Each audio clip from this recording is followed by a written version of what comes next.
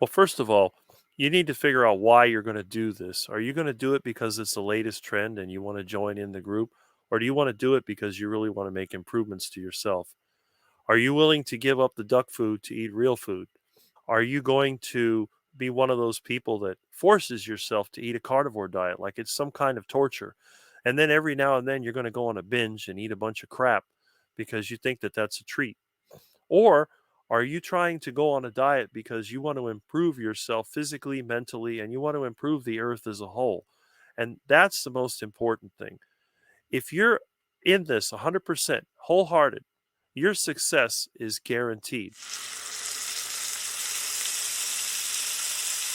Hi there, folks. Today we're with Rick Rodriguez, and he is also known as the 40 plus year carnivore. So I thank you, Rick, for being with us today.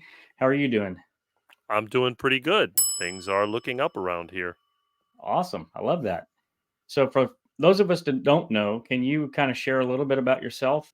Well, I'm sure a lot of people have already seen my story. As you mentioned, I'm known as the 40-year carnivore, although technically I did have a 7-month vegetarian vegan period, but I did start in August of 1983. And I did it as basically a form of protest. I still live where I was born, which is in Miami, Florida. And in terms of, the diet, it was basically just something to go against the trend at the time. It was never anything for any kind of health. I didn't really have any health problems other than being short, being picked on all the time. But other than that, it was just a matter of I wanted to do things my own way, and it kind of all went together. Oh, that's awesome. So, you say you've been carnivore for over 40 years. What was your initial inspiration for starting a carnivore diet? It actually went with several things at once. What it started out was is I was one of those kids that was kind of frustrated, got picked on a lot because I was short and skinny, and every time that I tried to do something to try to be like everyone else, I always failed. If I tried to follow whatever the trend was, I got laughed at because obviously I wasn't from a rich family. So when you're trying to compete with the kids that had all the latest toys, that's not going to work. And then you're not extremely good looking, you don't have great physique or anything like that. You're just some silly kid. So it came down to, well, what can I do that I would like that would actually be different? So instead of trying to keep up with everybody, to follow along with them, I decided, let me just do my own thing and see what it is. And really, at the time, I had been raised when those breakfast cereals, which I call duck food, were really popular. Every time you turn on the cartoons, you'd hear, one of those commercials for Post Sugar Crisp or Special K or one of these other, well, basically just bird food that they call Hmm. the cereal.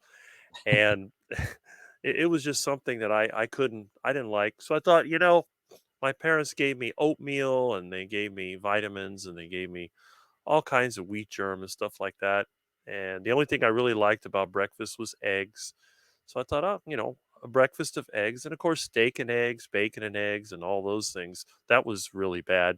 Same thing with using butter. My mom used to use margarine or vegetable oil for cooking. And I thought, well, what else could I use? Oh, lard, fat. The more fat, the better. And as you know, in the 1980s, everything was about low fat, low fat, low fat, Hmm. complex carbohydrates, whole grains.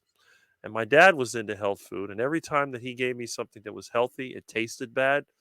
So I always had the idea that in order for food to be healthy, it had to taste really bad. It had to taste like something that you cut from your yard and you were going to throw away, like grass or bushes or something like that. So I thought, you know what? That's just not good. Why would I want to eat something that tastes disgusting? And many different things that my parents would give me, I hated. And actually, I was one of the kids that hated sweets. So while many kids would see candy or cookies as a treat, I saw it as almost like a punishment. And really, when it came down to it, my favorite food was meat. I always liked meat. It was sort of a built in taste. I love the taste of beef. I love the taste of deep fried chicken. I like seafood. I like eggs. I like dairy. I like all these things. So, really, what it was when I reached the point where I wanted to rebel, like a lot of teenagers do, and in the 80s, I mean, you remember the 80s, Oh yeah. 70s and 80s. They had that whole designer culture and the yuppies and, sort of a grunge culture, whatever. I thought, what could I do that would set me apart from everybody else? Because they're going to make fun of me anyway. I don't care at that point. And then that was also the summer I had broken my arm falling through the roof. And I was regretting the idea of going to high school. I thought, what's the worst thing that could happen? Maybe I'd get really sick. Maybe I'd have a heart attack and then I wouldn't have to go to school. I could just stay home. So I thought it all just kind of came together. So I came up with a style. I wanted to look like somebody from the late 50s or early 60s, as square as possible. And I listened to elevator music while everybody else was listening to Michael Jackson. And the other thing was, of course, the diet. What could I eat that would go against the trend? Well, if fat free and whole grains was a trend, then lots of meat, lots of fat, and butter and lard and all the things that are unhealthy, that's what I would do. And if I got a heart attack, hey, that just added to the benefits. So it was all part of a rebellion. That's it. I wasn't going to do what the other kids were doing, smoking or drinking. I hate the taste of alcohol and I think cigarettes are disgusting, just like coffee. I can't stand coffee. It smells like, when you overcook your meat, like let's say you're stewing some beef and then you fall asleep or you're working and it catches fire and it's black. It smells nasty when you clean out the pan. That's what coffee reminds me of. And cigarettes, they're sickening, nasty ashtrays and all these people look stupid sucking on them little sticks. It just is ridiculous. But I thought, hey, I could come up with my own style. And believe me, it was great because it was a look that I liked, it was food that I liked, and I was actually quite happy. And getting a heart attack, that sounded like fun. So, hey, that's how it started. That's awesome. It's funny that you bring up the burnt food analogy. I do a similar analogy when people talk about tea. I can't stand drinking tea. It's the grossest thing on the planet to me. It's like taking sticks and leaves and throwing it in water and then drinking that water. Or I always say I'd rather take the ashes from an ashtray and mix some water in it and drink that before I drank some tea. I mean, it's just the most disgusting thing I've ever tasted. I don't blame you. For me, tea was a medicine. A lot of times when I'd get sick, get the flu or something, or I got a stomach problem, my mom would give me chamomile tea. And I did get stomach problems quite often when I was a kid. And if I got sick, usually the first thing I would get would either be a sore throat or a really bad stomach issue and diarrhea and gas and all these things. So I'm quite Mhm. familiar with tea. And to me, it's like a medicine. And it was just terrible. I used to hate it. Another medicine my parents would give me was honey, which I absolutely hate. And every time that I had a sore throat or cold, oh, here's some honey. And it seemed to make it worse. It didn't make it any better. I used to get ear infections and they would put like some kind of oil, I forget, fish oil in there. And that actually worked. And by the way, cod liver oil was one of the things that they gave me as a supplement that I really enjoyed. I always like cod liver oil. My mom would go, "Ew, how disgusting!" And people would look at me like I'm crazy. And I practically love this stuff. And they just, "Wow, what a strange kid. Why Mhm. would he like that?" But like you said, coffee and tea are just nasty. And I know a lot of people, to them, it's a treat. I mean, there's a Starbucks not that far away from here, and you see people lining up to drink that nasty stuff. They even go to the McDiarrhea, to the McCafe, and drink coffee there. And there's also a Dunkin' Donuts not that far from here, and they seem to have a lot of coffee.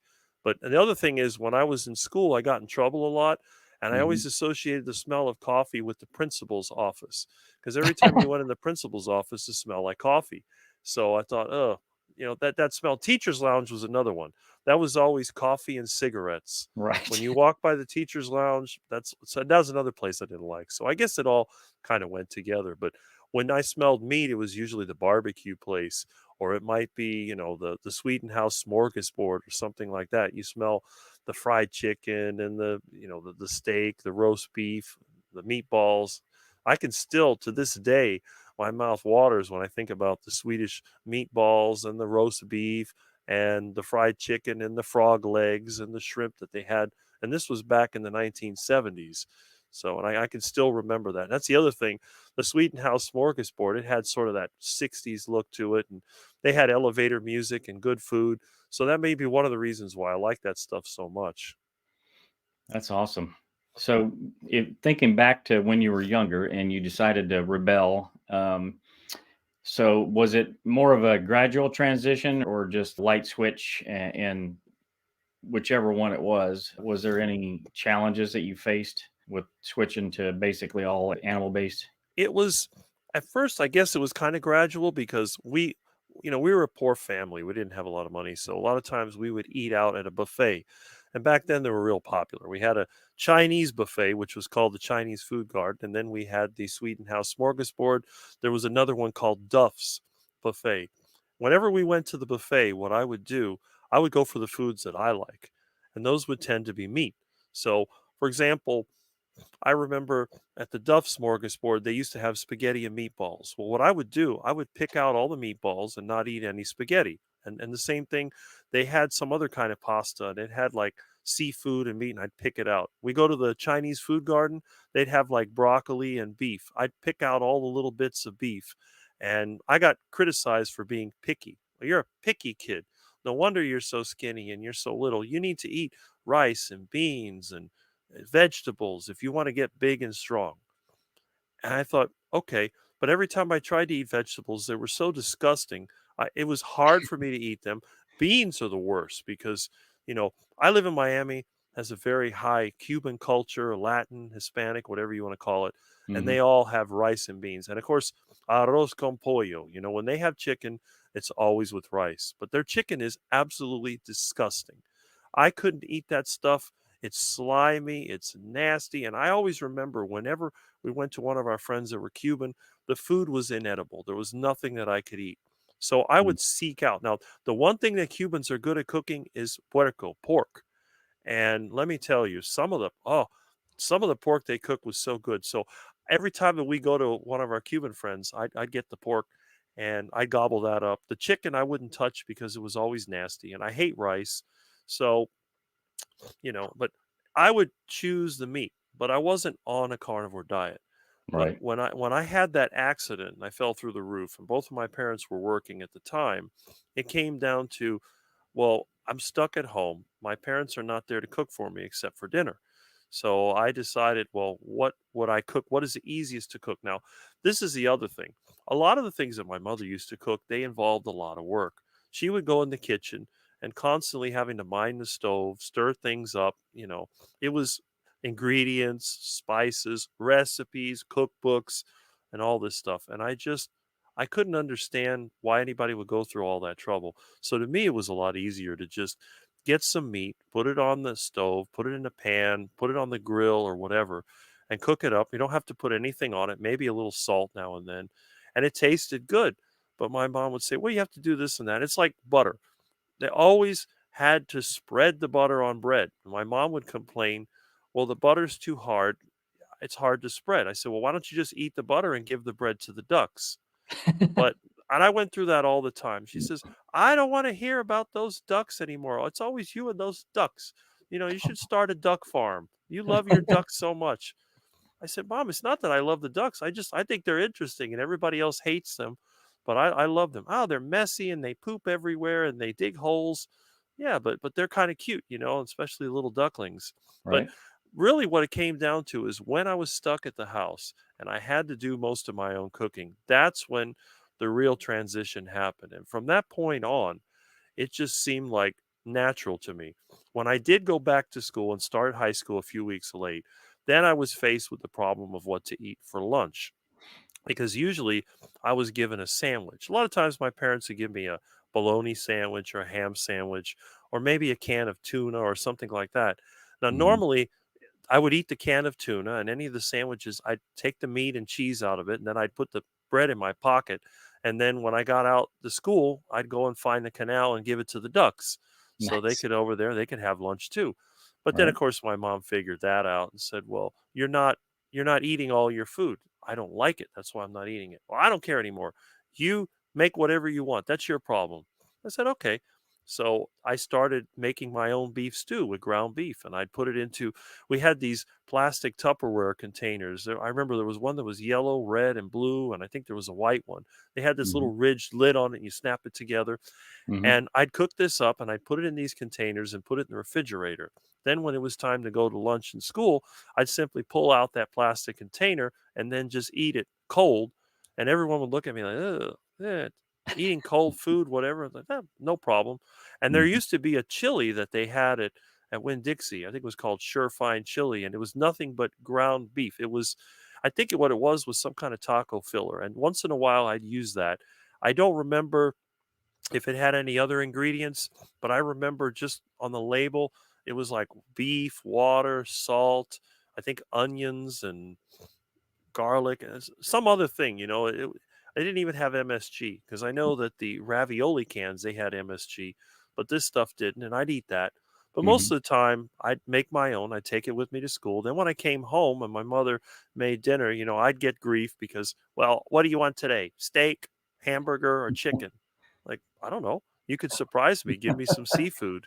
How about shrimp or fish? Well, you don't eat anything, you know. Uh, Oh, I made this bread. Do you want a piece of it? Um, Not really. Well, at right. least try it. Okay, I'll try it. I'd try it. Yeah, it's not bad. And want more? Yeah, my ducks are hungry. Oh, I'd get mad. They get mad at me all the time. Well, eventually my parents gave up and they said, you know what, let him eat whatever he wants to eat. And the thing is that over time, it actually worked out very well because I started to grow and I grew a lot. But that was a surprise to me, it was a surprise to them, and actually, I think after the first few months, my mom didn't bother me anymore because it was less work for her.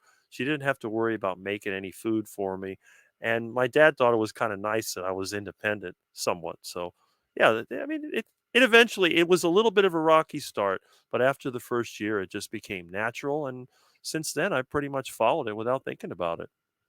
Nice. I love that. It sounds very simple to follow and lot less stress. And Mhm. the bonus, the ducks get food. So Yeah, that's right. that's awesome. So in terms of your health and wellness over the last 3, 4, or 5 decades, how has your health been? Well, my health has been pretty good. I do have a few problems. I mean, you'll notice sometimes my nose gets stuffy, and that's because when I was a kid, I had a few accidents. I didn't break my nose, but it got messed up. I had a lot of sinus infections when I was younger, so that's why sometimes my voice may be a little nasally, and I'm pretty sensitive. Plus, I live in a house that's full of mold and mildew. It's old. The roof leaked, and I had to fix that. And I do a lot of clean out jobs, and there's some really horribly disgusting places I've had to deal with. I Hmm. mean, it's like you see on the internet where somebody has a million cigarette butts in their house. I've had to deal with places like that, dead rodents, dead Oh, animals, and man. all that. So that's one thing I've had to deal with. The other thing, when I was younger, I did get a lot of sore throats. I know I had strep throat and a few things like that. And I also had when I went on the vegetarian diet for a while, I was having trouble breathing at night, which was kind of weird. It didn't happen all the time, but if I did catch a cold, I'd wake up like 3 or 4 in the morning unable to breathe and have to sit up and kind of, you know, struggle with that. But other than that, really, I haven't had any health issues, especially since, the last 30 years straight that I've been on the carnivore diet. I mean, I've been in a few car accidents, but I don't have any aches or pains. I've had a few work related bumps and bruises. I've fallen. I fell through a roof again, but I didn't break anything. I've fallen downstairs that collapsed. These things have happened, but my health, I think, has been pretty good.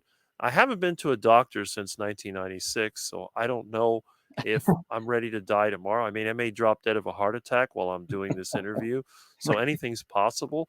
But I think compared to everybody else I know my age, who's 55, I seem to be doing really well. Every one of the people I know are on at least one medication. I'm not on any medication, and I feel really good. I don't get upset.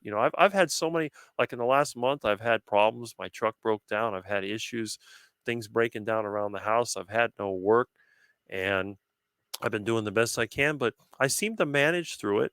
And again, I've had several different careers. Hmm. One of the first things I did after college, I actually was working in hurricane cleanup after Hurricane Andrew. Then I started a business in IT. We were setting up networks for about 5 years, servers and stuff like that. And then I got involved with a friend in a business that did security cameras and DVRs and products like that. I've also taught at Miami-Dade College. I taught electronics.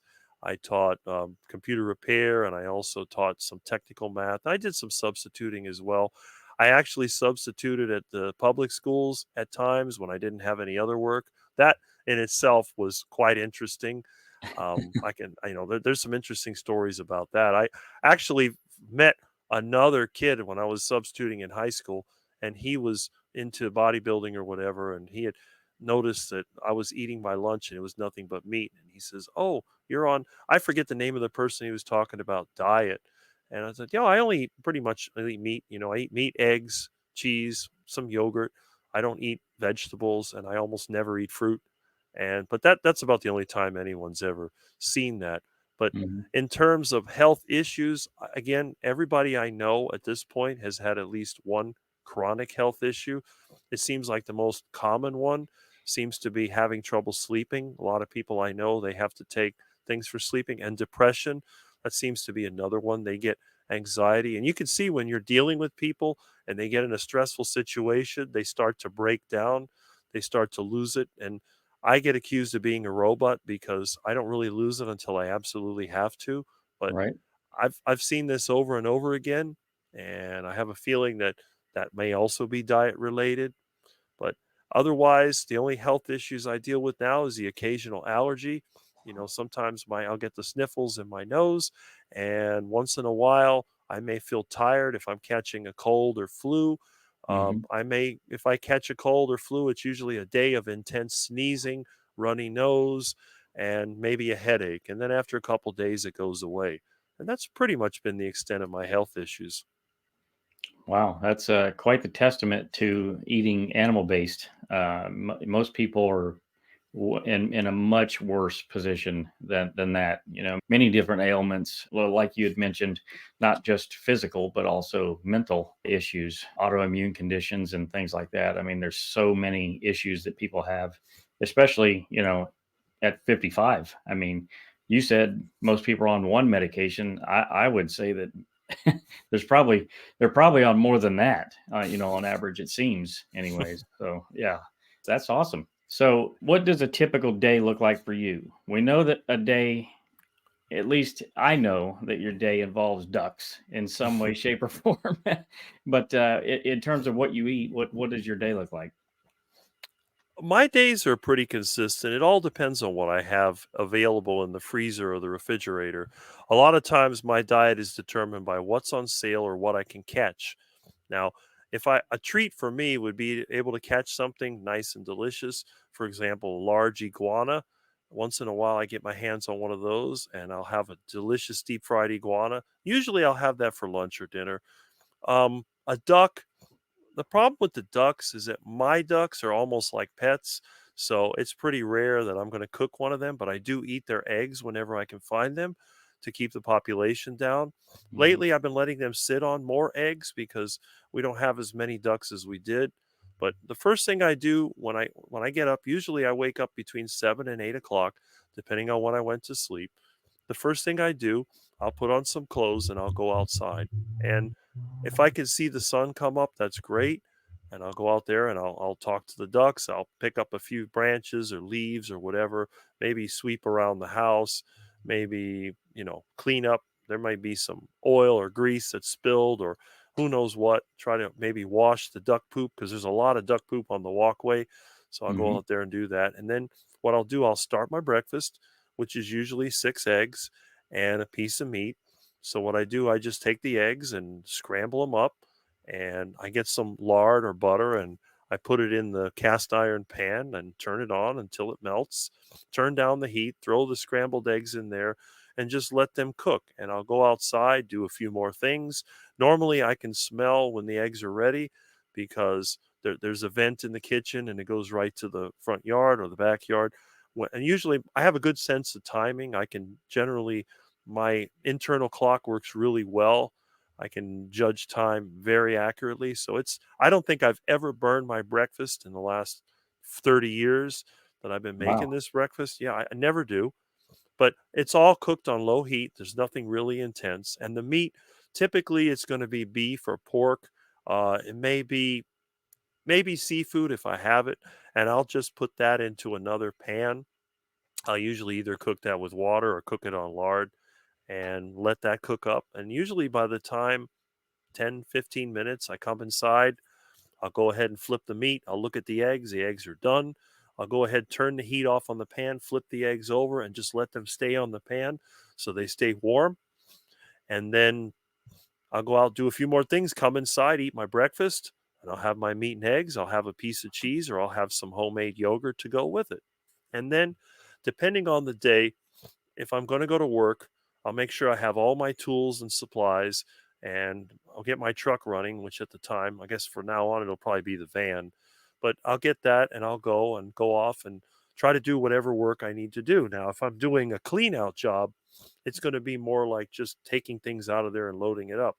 Mhm. Generally around lunchtime, which can be anywhere from 12 to 2 o'clock, I'm going to go ahead and leave the job site and I'm going to come back to my house. I try to make sure that my jobs are not too far away, but if they are far away, what I'll do, I'll make sure that I pack a lunch. And usually my lunch is either going to be some kind of meat or it's going to be a meat stew in one of my metal containers. And I'll put that inside the truck. Mhm. Now, I do carry a grill with me. I have one of those little propane grills, and I also have a charcoal grill that I can use. Normally, I don't use a charcoal grill when I'm working because people get kind of panicky when I light up a fire and they see sparks and flames coming out. They might think that my truck's on fire. So, what I'll typically do, I'll use the gas grill. It's one of those portable grills, and it just has a little bottle you screw in and you light it up. And you can put your meat on there. The other option is to cook on the engine. And if I've been driving around a lot, if I know that I'm going to have a lunch, I'll go ahead and I'll wrap the meat in either foil or I'll put it in the metal container. I'll put it in with some fat or some, a stew and just put it on the engine and let it heat up. So if I'm eating my stew, I'll just let it sit on the engine. There's enough residual heat in there. And by the time the lunch comes, lunch will be the perfect temperature. Sometimes I may have to start Nice. the engine and yeah, I may have to start the engine and run it for a while to get it up to the right temperature. But, by that point, even if I have to eat it cold, sometimes if I'm on the run, let's say that I don't have time to eat lunch, I'll eat it cold. So I'll just take out my container and like I said, I use these metal, they're either stainless steel or enamel coated containers and they have a lid on top of it, a little plastic lid. I'll take the lid off, I'll take one of my metal spoons and just start scooping it up and just eat it right on the road. So I got that down pretty good. And everybody that works with me knows that you have to give me a lunch because if I don't eat my lunch, I'm going to be a very difficult person to deal with. Especially if I have to deal with them and their disgusting duck food, nasty pizza and sandwiches and that disgusting Chick-fil-A, that the smell of that place makes me feel like throwing up. It's got that fast food smell. And Mhm. they'll bring those sandwiches and this goofy looking sauce that looks like axle grease basically. It's like something I said, "Oh, is that for my bearings?" "Oh no, that's Chick-fil-A sauce." And then of course you have I mean, okay, if they go to Wendy's, that doesn't bother me. I actually kind of like Wendy's. And I mean Burger King, yeah, the burgers are skinny, but at least burgers smell good. It's Mhm. not like chicken nuggets, McNuggets. It looks like McTurds with breading on it. I mean, seriously, how could anyone eat that disgusting it has that vegetable oil smell.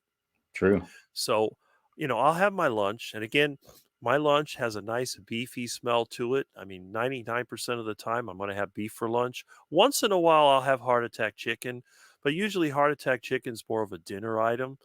But, I love to have something with beef for lunch.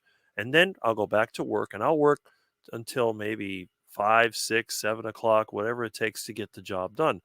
When I'm done, I load up my tools and supplies and I go back to the house.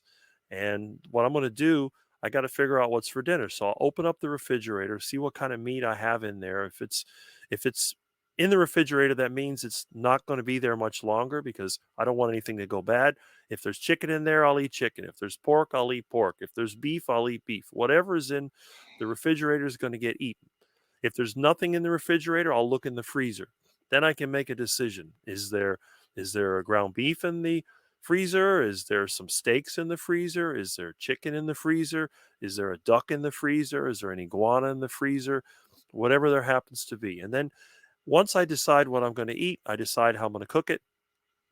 Generally, beef or any ruminant meat is going to either be grilled or stewed. That Mhm. you don't fry ruminant meats. And then when it comes to poultry and reptiles, those are either going to be stewed in water or they're going to be deep fried in beef tallow or lard, depending on what I have. So then let's say that I'm going to have some kind of steak. The steak is frozen. The first thing I'm going to do, I'm going to put the steak in basically a steamer and I'm going to turn on the steamer, go and take my shower or bath, and then by the time I get out, it's going to be steamed up and ready to go. Then what I'll do, I'll put it on the cast iron skillet or I'll put it on the grill and then cook it up, and that'll be my steak. If it's going to be ground beef, I'll throw the ground beef with some water into the pot, turn it on, let it cook while I'm in the bathroom, cleaning up. By the time I get out, then I'll take a potato masher and mash up the ground beef to spread it out, stir it around, and then when it reaches the right temperature, I'll go ahead and eat that. If it's chicken, if the chicken's frozen, I'll steam that first, but then I'll have the lard or the tallow heating up on the stove. So by the time I get out of my bath, it's liquid and ready to go. And then I'll put the chicken in there and cook it up. If it's an iguana, I'll do the same thing. And by the time that I've taken my bath, dinner's almost half cooked. And then it's just a matter of doing a few things around the house, putting tools away, doing whatever needs to be done. By the time I'm done with that, then I'm ready to eat. So the food is ready to go. And again, I cook by time and by smell. If the food smells good, then I know that it's ready. If it smells like it's burnt, then I know it's going to the ducks and I have to start all over again. Thankfully, it's very rare that I burn any food, but Oh, that's pretty much how my day goes. that's awesome. Just hearing you talk about all that stuff is making me hungry. So, Yeah, you got good taste. That's what it is. right. So let's switch gears for a second. So, from a medical perspective, and I think I know the answer to this, but I want to ask just in case. So, have you ever consulted with a healthcare professional about your diet, and have did they share with you what they thought? Um, Yes, I did, but that was back in 1996. I had a doctor at the time. I had a health plan because in my business, we made sure that everybody had health insurance. And in order to have the health plan for the business, I had to be in it as well. It's a long story, but that's what had to happen. So I, and in order to keep the health plan, I had to go for a checkup at least once a year, preferably twice a year, Hmm. was the way they had it set up. So I went in there and I had gotten checked up before.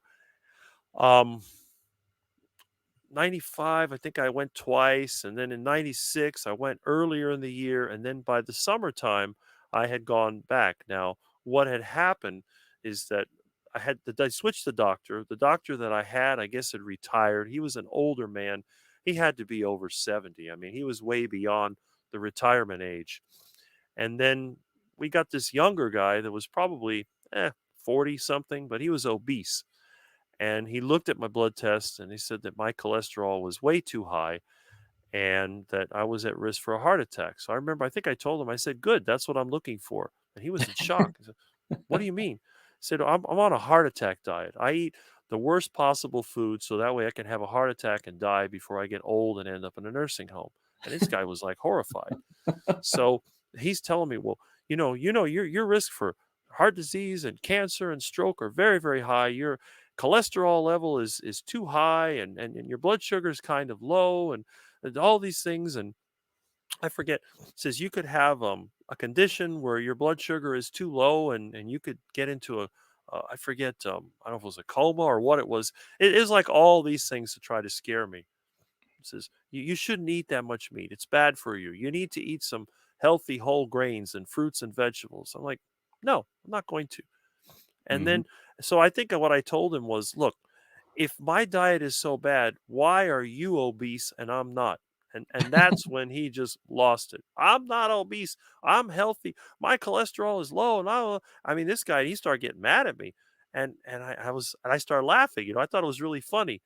So he's like raising his fist to me, and I don't want to see you anymore. And he's losing his temper. And it was like really funny. I said, you know what? I'm never coming back to this. I'm never coming back to the doctor again. I have no reason to come here. And I basically got thrown out of that doctor and the health plan. I told them, I said, "Look, I don't wanna go through this again." "Oh, we're sorry, we'll get you another doctor." Well, what eventually happened is I settled with them. I told them I didn't want the health plan anymore, but they still covered the employees and everybody else in the company. So that was kind of my out. So I got out of the health plan and I hadn't been in a health plan since. I did join the second company, the health plan, but I never went to the doctor. So Mhm. I'm one of those people that probably doesn't have any medical records. I mean, I already have no dental records because I haven't been to a dentist since 1986. So Wow. I'm like an oddball, I think, in this world. So how's your dental health?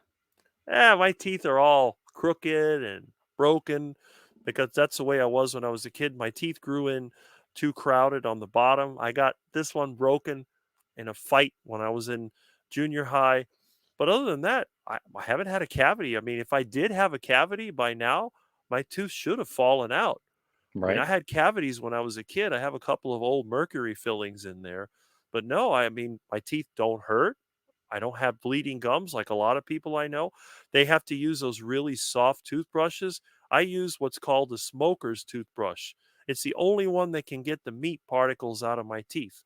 I love to eat I eat steak. I love chewy steak, the cheap top round, or I forget what's the other cut.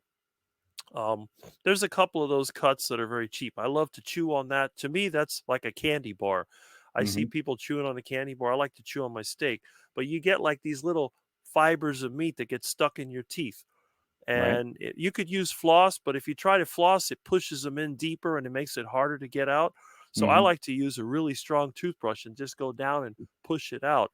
And I've had people tell me, well, you can't use that toothbrush every day because it'll make your gums bleed.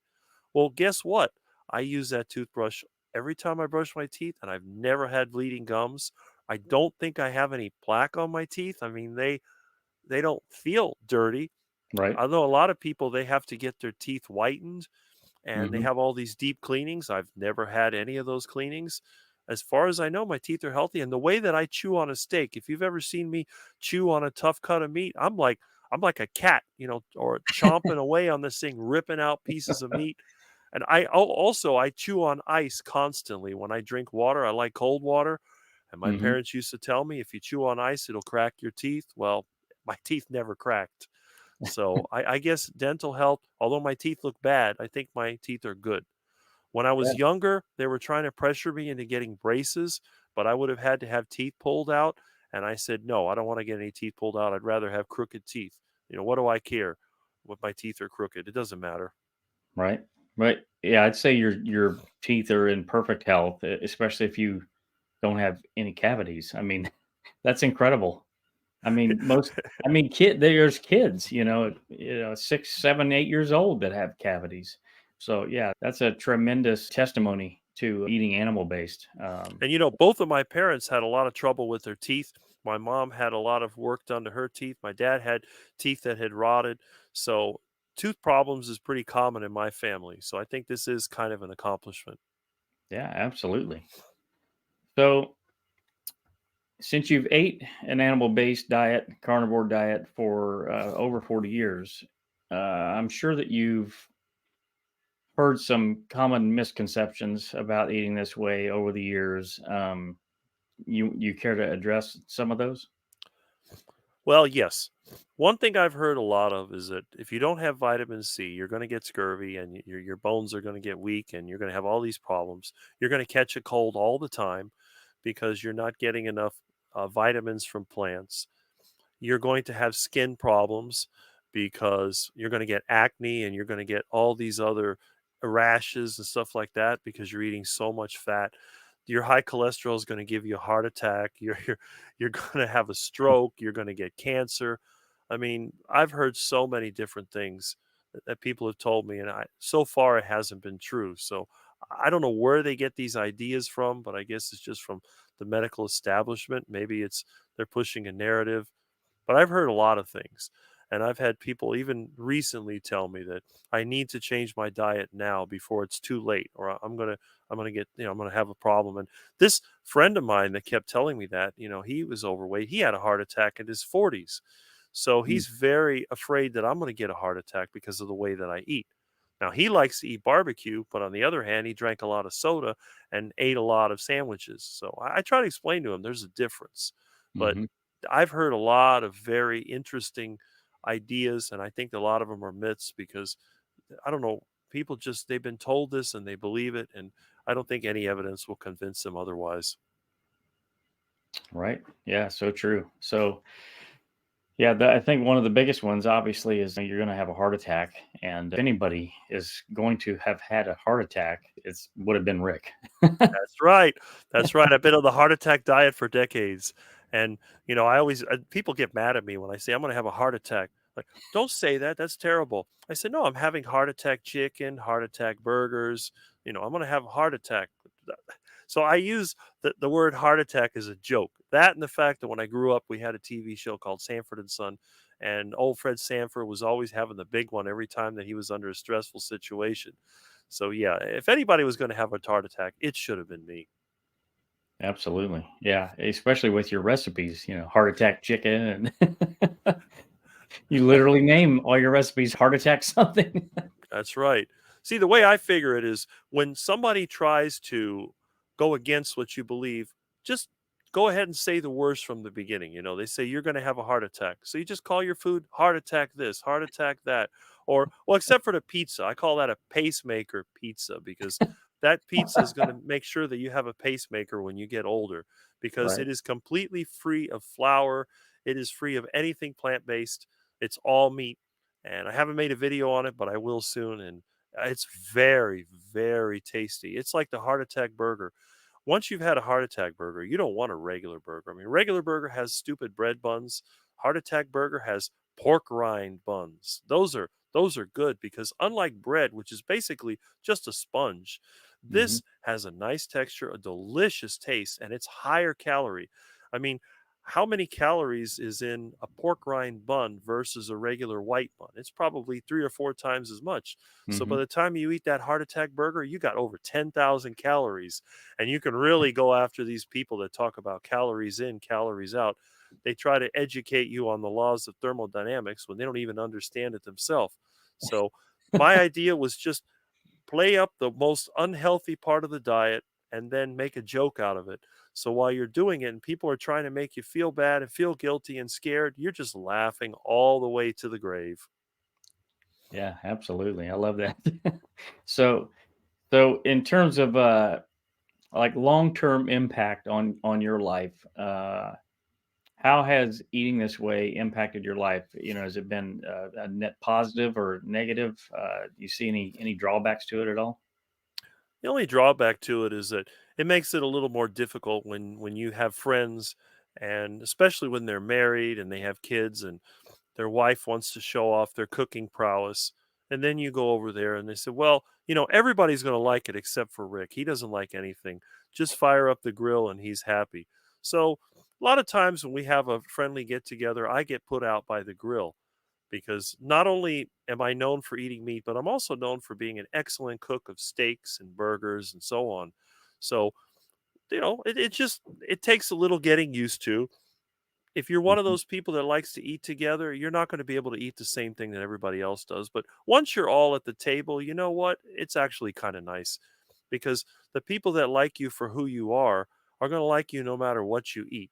That's what I try to tell them. It doesn't matter what I eat. What I Mhm. do in my own life is not going to affect the way that I relate to other people. Now, some people might see me as being a bit of a hermit because I live by myself.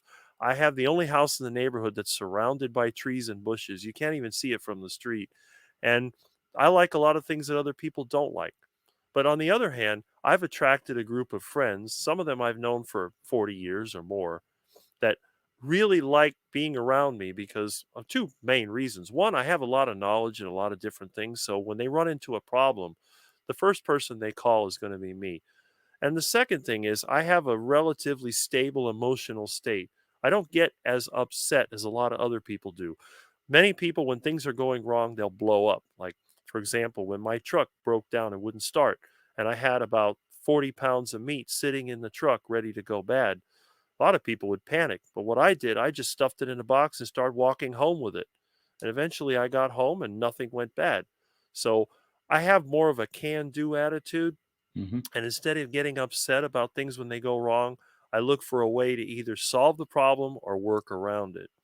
So this lifestyle, and I don't think of it just as a diet, it's a lifestyle. It's going to change your life because once you become aligned with it, it changes your view on the whole world. And I think in many ways it's a net positive because you realize that a lot of the problems you have come from either yourself because of bad decisions or what other people have done. And the trick to avoiding these problems is to see the signs a long time before they come. You know, if you're going down a road and there's a fog cloud in front of you, you're not going to go 70 miles an hour down that road. You're going to start slowing down and you may even go off the road and maybe go on a side road and wait it out until the fog goes away. So Mhm. if you're running into problems in your life, you're not going to double down and do the same thing that got you into those problems.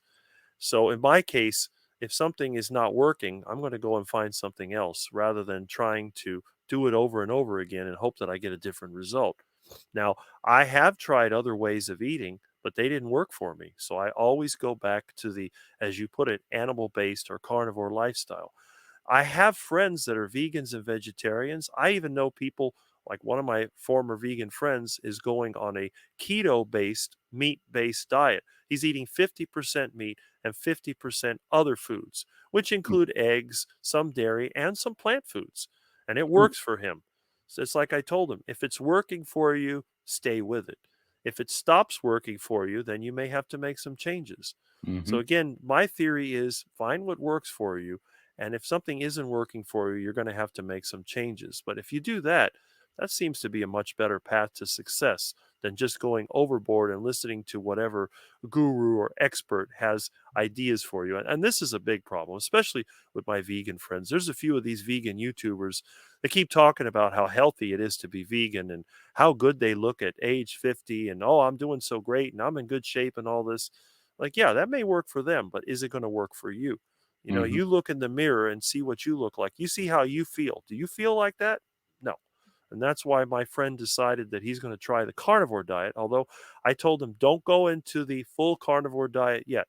Try the animal based keto diet first. And if that works for you, stay with it. If you want to go carnivore after that, do it. Because if you go from a vegan diet to a carnivore diet, your experience is going to be extremely bad. I can't imagine anyone being able to switch from eating a steady diet of plant toxins to eating meat and not having some major issues. Yeah. That's what I did. Yeah. It was pretty brutal in the laboratory, for sure, and I had a lot of oxalate dumping because I was eating so much spinach prior Mm. to going carnivore, and the oxalate dumping was just incredible. Um, Wow. yeah, so that was I definitely would not recommend, like you said, jumping straight from one to the other. Hmm. Give yourself a little bit of a transition period in between. Hmm. Yep. That's important because a shock to the system is not a good thing. I mean, yeah, eventually you want to transition, but if you put a shock to the system, that could be the breaking point. It's like you have an old piece of machinery, you're not going to run it all out because it's probably going to blow up. You're going to slow down, you're going to take it apart and see what you can do to make it better.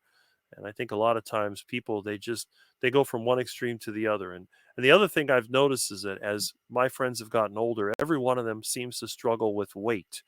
They Hmm. always tend to gain weight in the worst possible places. So they're always looking for some quick fix. Like when they have a high school reunion coming. I never went to the high school reunion because I hated high school. Well, I didn't hate it, but I had a total of like 4 or 5 friends that I kept in contact with. What do I care about all these other people? Right. And if I was going to go to a high school reunion, I wanted it to be at the school. But it's Mhm. always at some stupid hotel and they charge you a bunch of money and I mean for what? So you can go and talk about time that's long past. I don't understand that. But Right. everyone I know from that time period, they always seem to get fat and they always have all these issues. And they said, "Well, it's just part of getting old." I said, "Well, you get old, yeah, things change." But it's like I was saying about machinery. The machinery may be old, but you may see a machine that's been running since the 1800s and it still works because it's Mhm. constantly getting maintained, parts are being changed, things are being done, and it's your body's kind of the same way. You're not going to perform the same as when you were 20 years old, but you could still perform at a good level at 50. I mean, I'm Mhm. pretty much living proof. I can outwork a lot of 20 somethings that I work with. They complain about back trouble and their foot hurts and they have this problem and that problem and I don't feel good and blah blah blah. And I say, "Oh, it's just an excuse. They're doing it so they don't have to work." But I found out recently that I think a lot of them are actually having these problems. It's Mhm. just to me, someone who's 25 years old, who looks in really good shape, a nice physique and all that, and is complaining about aches and pains, I thought it was just an excuse. But I think it's actually true because I've seen a lot of people, they seem to be really suffering. And it's like, wait a minute, well, how come a 55-year-old can work without any aches or pains? Well, it's because I try to, I don't push myself too hard. I do what I can. I don't rush into anything and I try to keep myself well fed. And I think that when you get to the point where you've lived long enough and you see what works and what doesn't, it really is important to have the right combination. And if it works for you to have a mixed diet of animal based and plant based, that's great. If you have to go completely carnivore, that's great too. And if you're one of the very few people who can live on a vegan diet, you know what? I applaud you and I say 100% keep doing what you're doing. The only thing that I've noticed that does seem to be in common with all of them is that it has to be a whole foods, well, not ultra processed diet. You could be minimally processed, but if it's whole foods and the more natural you can get your food source from, the better. I think that's the key. And believe me, that's one thing that I agree with the vegans and a lot of the other people on. We need to get Mhm. away from the factory farmed processed food model. And that's what I want to do. That's one of my goals in the rest of my life is to be able to get a meat source that I can control myself and I don't have to go into the processed food system to get my food. Yeah, that's awesome. I definitely am looking forward to being in that position myself one day too, for sure. Mhm. Mhm. So let's this is that's a good transition point here. When you're talking about the different types of diets. So, what advice would you give to someone that is considering a carnivore diet or carnivore lifestyle? Well, first of all, you need to figure out why you're going to do this. Are you going to do it because it's the latest trend and you want to join in the group? Or do you want to do it because you really want to make improvements to yourself? Are you willing to give up the duck food to eat real food? You know, are you going to be one of those people that forces yourself to eat a carnivore diet like it's some kind of torture? And then every now and then you're going to go on a binge and eat a bunch of crap because you think that that's a treat. Or are you trying to go on a diet because you want to improve yourself physically, mentally, and you want to improve the earth as a whole? And that's the most important thing. If you're in this 100% wholehearted, your success is guaranteed. If you're trying to game the system, trying to play games, trying to act like you're doing the right thing, but secretly do the wrong thing, you're going to fail. There's no way around it. It's just not possible.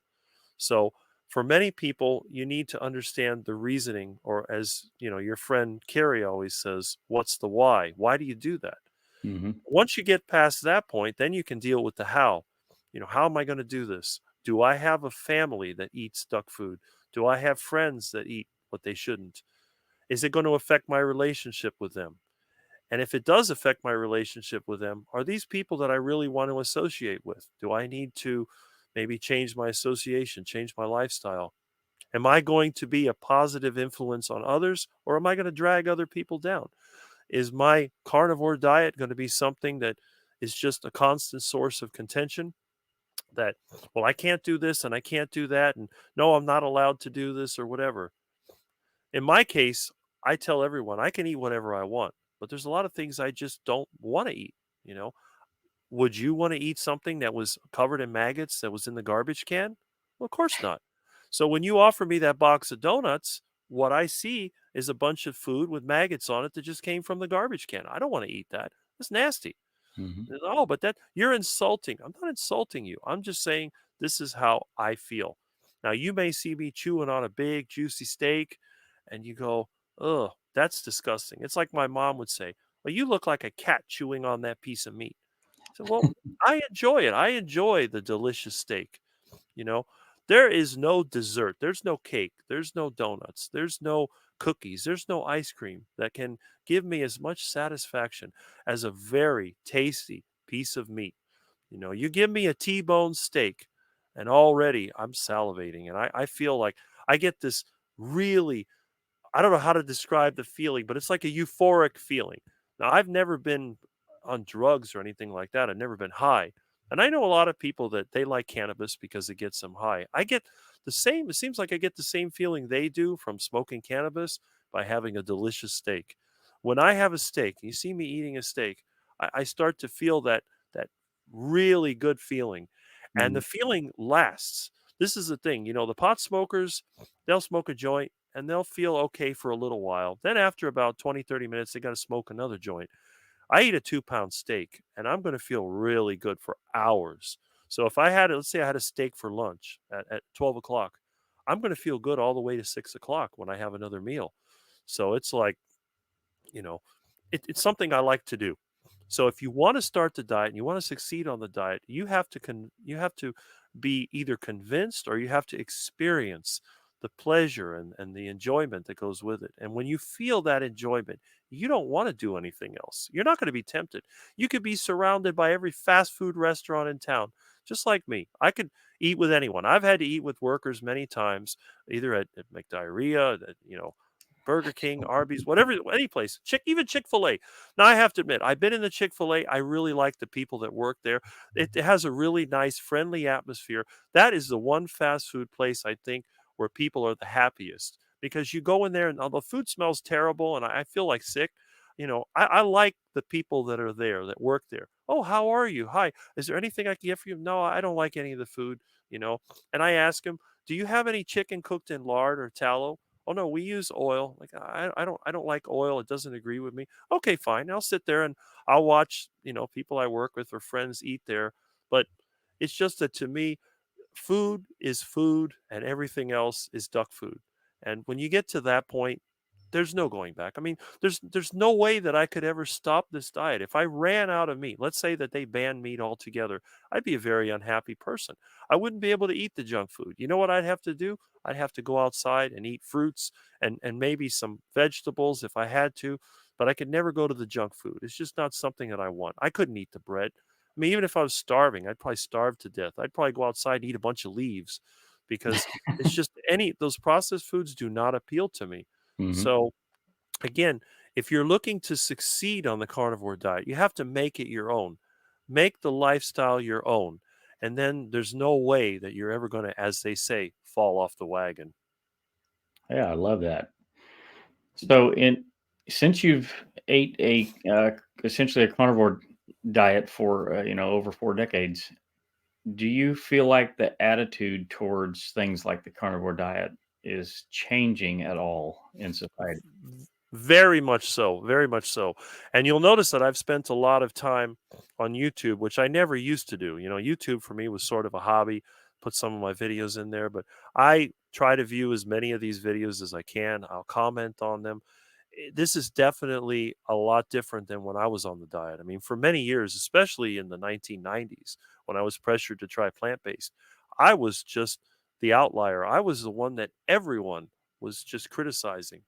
Oh, that Rick, all he does is eat meat. He's going to kill himself. Oh, it's terrible. He's not healthy. He doesn't look healthy. Oh, he's so skinny. Even my own parents would say, "Oh, you're too skinny." I have people now that make comments, "So you don't look healthy." Like, what am I supposed to look like? I'm 55 years old. I'm old. But as you can see, my hair is all dark colored. I don't really have any wrinkles, even though my face moves around a lot. I'm not one of those people with Botox injecting himself with toxic bacterial secretions. I I don't look bad for someone that's 55. So again, I don't even pay attention to the stupid comments. It's probably just the trolls. But I Mhm. think a lot of times people I think they project their insecurities on others. And that seems to be one thing that I've noticed. So the diet is an upcoming trend and I think it threatens a lot of the established ideas. So a lot of people that are not doing well on their diet, I think are lashing out. They're taking it out on us. Maybe they've been on the standard diet. Maybe they've been on the low fat diet. Maybe they've been on the vegan diet. And they're not getting the results that they want. It's just like my vegan friends, they'll take pot shots at me now and then. But when it comes right down to it, who is the person they come to when they have a problem, when their refrigerator's broken or their car's making a noise, or they need to get some good, fresh, whole foods like Mm. tropical fruits or tomatoes or vegetables, they come to me because Mhm. they know that my garden is the best in the whole area. And no matter how much they pay at Whole Foods, they're not going to be able to get fruits and veggies that taste as good as what comes from here. But yes, this diet is definitely an up and coming trend. And I think it's going to be harder and harder for the establishment to shoot it down because the evidence just keeps coming. There's more and more of us sharing our experiences. There are people out there now doing research, and it's proving a lot of the things that I've experienced over my life that this is not actually the heart attack diet. Although to me, it will always be the heart attack diet.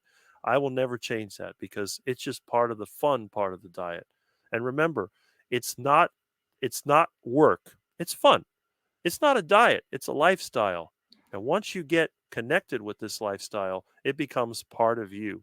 And I think that's when people understand that and they learn that this diet, this lifestyle is going to be growing and growing. And I think they're going to try to shoot it down. I think the more it grows, the more pressure they're going to put on us. But if we reach the critical mass, there will be no way to stop it. It's just going to keep on going because diet has been around for thousands of years, probably longer than that, and it's not going anywhere. I love that. Man, I feel like running through a brick wall now, Rick. Yeah, I appreciate that. Yeah, for sure. So Mhm. where can everybody find you on the internet if they want to connect with you? I'm not a social media person, but I am on YouTube. You can find me on YouTube. All you have to do is do a Google search for the 40-year carnivore, and you'll see all kinds of different interviews that I've done, and you'll see my channel. My channel is not about, I mean, it's called Charger Mopar because I'm a car guy. I love my old Mopars, although I Mhm. do drive Fords. But the reason I drive Fords because I consider them somewhat disposable. If I get destroyed by the bad Miami drivers, it's not a big loss. If they wreck my Charger and I'm still sane and able to get around, they may end up more damage than my car by the time I get through with them.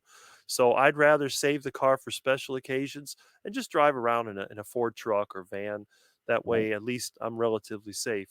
But yeah, right. you could find me on YouTube as Charger Mopar. I may do more social media in the future. I don't know, but I kind of find social media to be toxic. So I don't really spend much time in it. And this is not something. This is not a business or anything. This is just something I do as just for fun. So I don't spend a lot of time. But yeah, if they want to contact me, look at my YouTube profile, and I do have an email in my About Me section. So you can email me. You can feel free to do that. Anyone that wants to do interviews or anyone that wants to learn more about my experience is free to contact me. I respond to every email. In fact, I respond to every comment that I see on my YouTube videos. So yeah, that's the best place to catch me. That's awesome. Rick, you're a really, really good guy, and I definitely appreciate you sitting down and taking the time to share your story with me and my subscribers. I can't thank you enough. I really appreciate everything that you have done and are doing and will do in the future. And again, I'm just very appreciative and thankful for you. Thank you. I'm very happy to help the carnivore community, and I appreciate that you're out there making the effort to contact a lot of us. I mean, you have you, and you have Carrie, and you have Dave Mack, and there's several people out there that are really picking this up. And I never thought I'd ever see this in my life. So keep doing it. You're going to connect us all together, and I think eventually, like I said, we'll reach critical mass, and there will be no shutting us down. I love that. I can't wait. Thanks, Rick. Anytime.